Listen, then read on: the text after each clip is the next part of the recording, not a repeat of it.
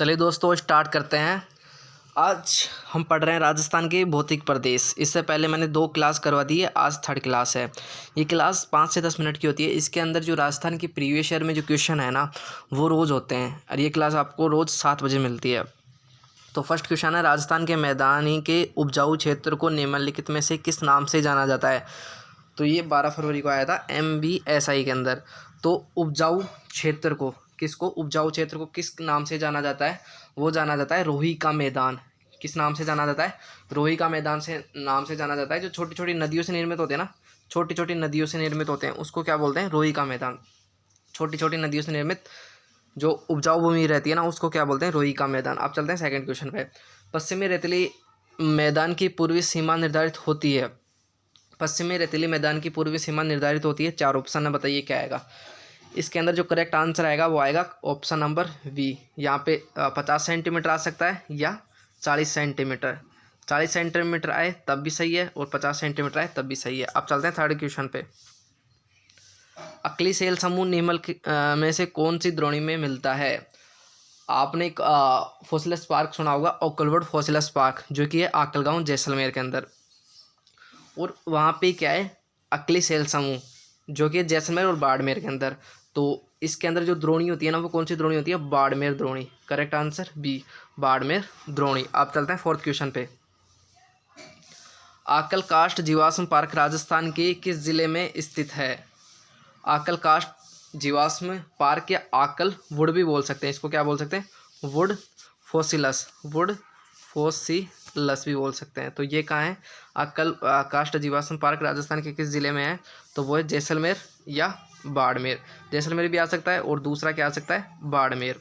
तो दोनों आंसर आ सकते हैं ना। अब चलते हैं फिफ्थ क्वेश्चन पे।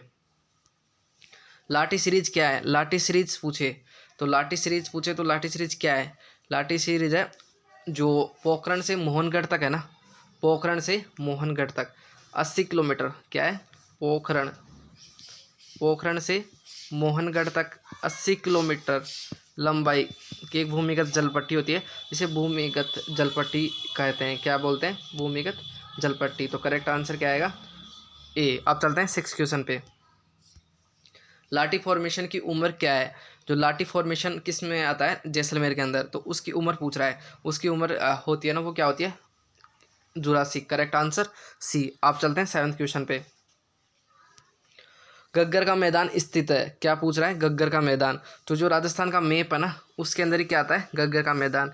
ये मान लो राजस्थान का मैप है ना, तो इधर से क्या चलता है? ये गग्गर का ऊपर का मैदान होता है ना, वो गग्गर का मैदान होता है। इधर क्या आता है? अनूपगढ़, फिर गंगानगर, फिर क्या आता है? हनुमानगढ़। तो इसको क्या बोलते हैं? गग्गर का मैदान। तो ये गंगानगर, फिर अनूपगढ़, गंगानगर, हनुमानगढ़। तो करेक्ट आंसर क्या आएगा? सी। अब चलते हैं 8th क्वेश्चन पे। राजस्थान का कौन सा भौतिक विहार थार मरुस्थल का भाग है? थार मरुस्थल का जो भाग है वो कौन सा है? 8 के अंदर करेक्ट आंसर क्या आएगा?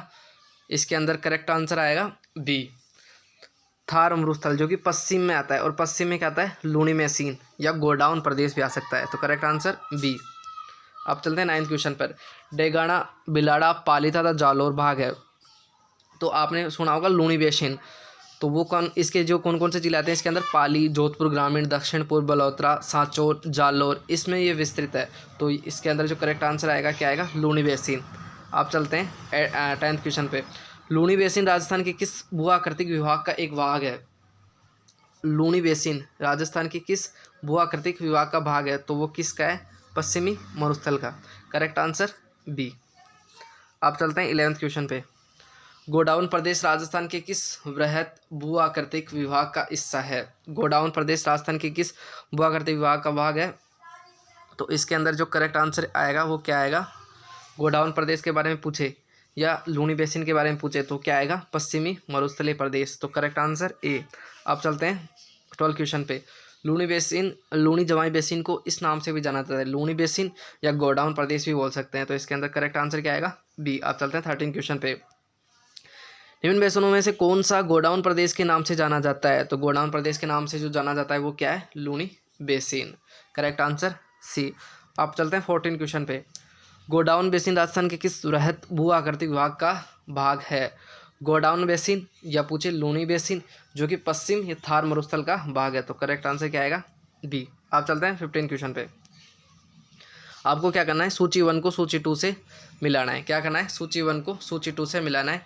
फर्स्ट है सूक्ष्म रेतीला मैदान, सूक्ष्म रेतीला मरुस्थल जो कि है पंचपदरा और पंचपदरा, ये आता है बालोतरा के अंदर। किसके अंदर आता है? पंचपदरा बालोतरा के अंदर। पंचपदरा आता है बालोतरा के अंदर। एक मिनट रुकिए। पंचपदरा आता है बालोतरा, किस में आता है? बालोतरा के अंदर। तो इसके अंदर पंचपदरा ए के अंदर आएगा थर्ड।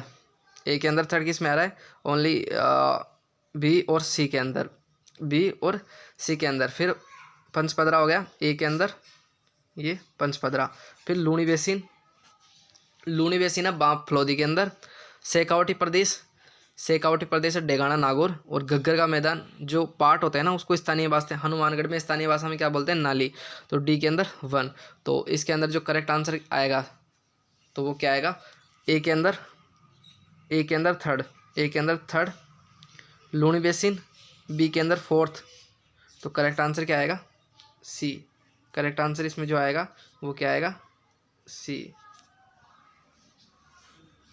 सॉरी एक मिनट, इसके अंदर करेक्ट आंसर आएगा सी। अब चलते हैं 16 क्वेश्चन पे।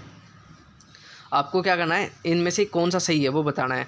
तो फर्स्ट है लूनी बेसिन गोडाउन प्रदेश के नाम से जाना जाता है, ये सही है। गिरुआ उदयपुर शहर के चारों तरफ वो तस्तीनुमा पहाड़ी होती है ना, उसको क्या बोलते हैं? गिरुआ, ये भी सही है। घग्गर का मैदान, तो घग्गर का मैंने बताया था अनूपगढ़, गंगानगर, हनुमानगढ़ में। तो इसके अंदर जो करेक्ट आंसर आएगा ओनली बी।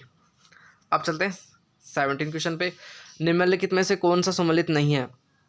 इनमें से कौन सा सम्मिलित नहीं है? लूनी बेसिन गोडाउन प्रदेश सही है।